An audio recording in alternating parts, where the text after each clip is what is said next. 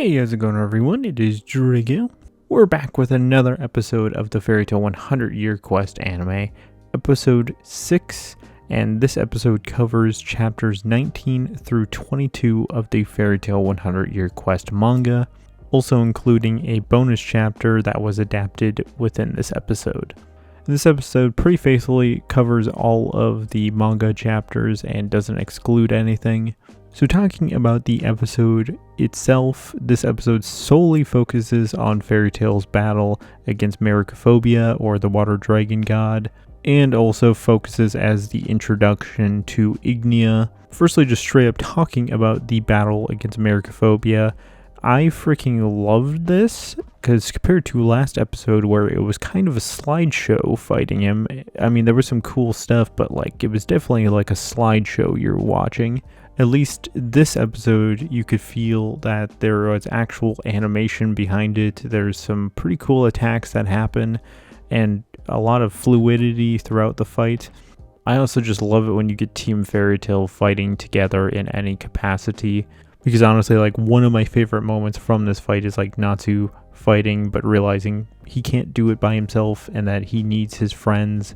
And that's when you get Gray and Urza joining Natsu in the fight, and I just love that when they join together to take on a foe. And also that one's just such an early callback to like Lullaby. Kind of love the level of despair you kind of get throughout this fight, because at the beginning they're all pretty darn confident they can at least do something to the water dragon god, and by the end they're like, oh gosh, we can't do anything.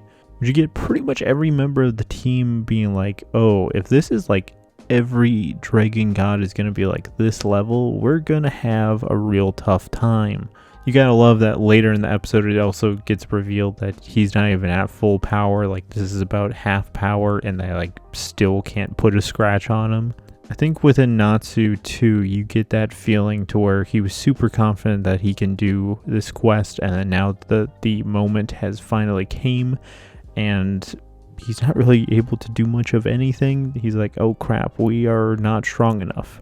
Which is where you get Ignia showing up for the first time within 100 Year Quest.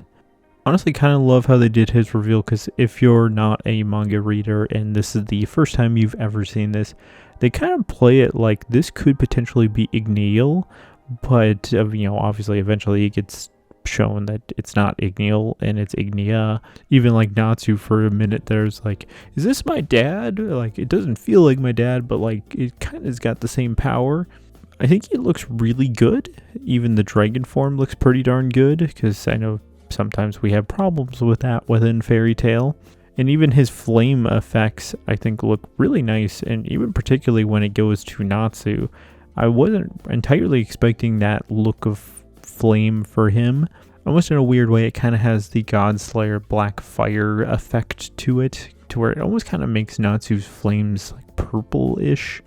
I also just kind of love the aura that it eventually gives Natsu around him, and honestly has him one of the most dragon-like appearances he has. Because almost in a way, he kind of was E&D-like in kind of the sole focus of defeating Maricophobia, but at least he had some common sense compared to E&D, because he was working with his teammates still, which basically all culminates in probably my favorite moment of this whole chapter, and I think it was very beautifully executed. With Natsu under the effects of Ignia's flames, he was gonna go burn Maricophobia's body to ash, and everyone around him is just like, Natsu, like, dude, we defeated him. We don't need to do anything more. Your job is done here. And that's honestly when you do get the E&D vibes, to where he's so focused on one objective. But the one thing that finally snaps him out of it is Lucy coming up behind him, grabbing him, hugging him, and telling him to calm down. And that finally brings Natsu back to his senses. And honestly, I think that moment is so beautifully animated. I just like the absolute silence you get.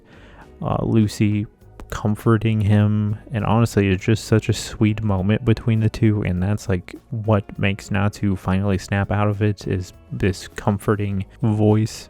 overall, I think this is probably one of my favorite episodes that's happened so far. I just really liked the fight. I liked pretty much every moment in this episode. Like, there is no downtime. Like, you're just go, go, go throughout the whole episode. And I almost completely forgot to mention that there was the bonus chapter at the beginning of this episode that they actually animated. So that is so cool that we're getting bonus chapters animated once again, because we haven't had that in a very long time.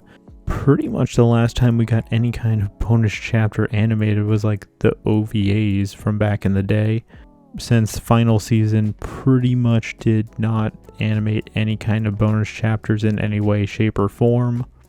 So cool that that's on the horizon, that we could potentially get more bonus chapters animated, because there's some pretty fun ones throughout 100 Year Quest. And also if you include the Fairy Tail chapter that came out like a month ago that took place before the ending of Fairy Tail, I really hope they animate that when we get to it at 100 Year Quest. I know it technically wasn't part of 100 Year Quest, but like if you go to like the release schedule of when they dropped all these chapters, in the contents of this bonus chapter that they animated, I don't think it's anything like too wild, but it's just so fun to get these things animated.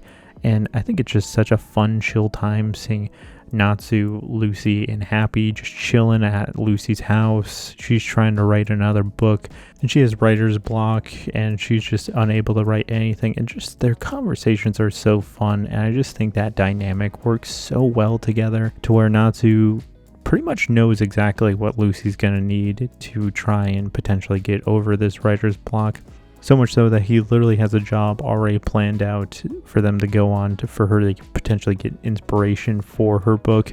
And also just like straight up miss Lucy writing books and just that in general. And I just love seeing that group hang out. It's so fun.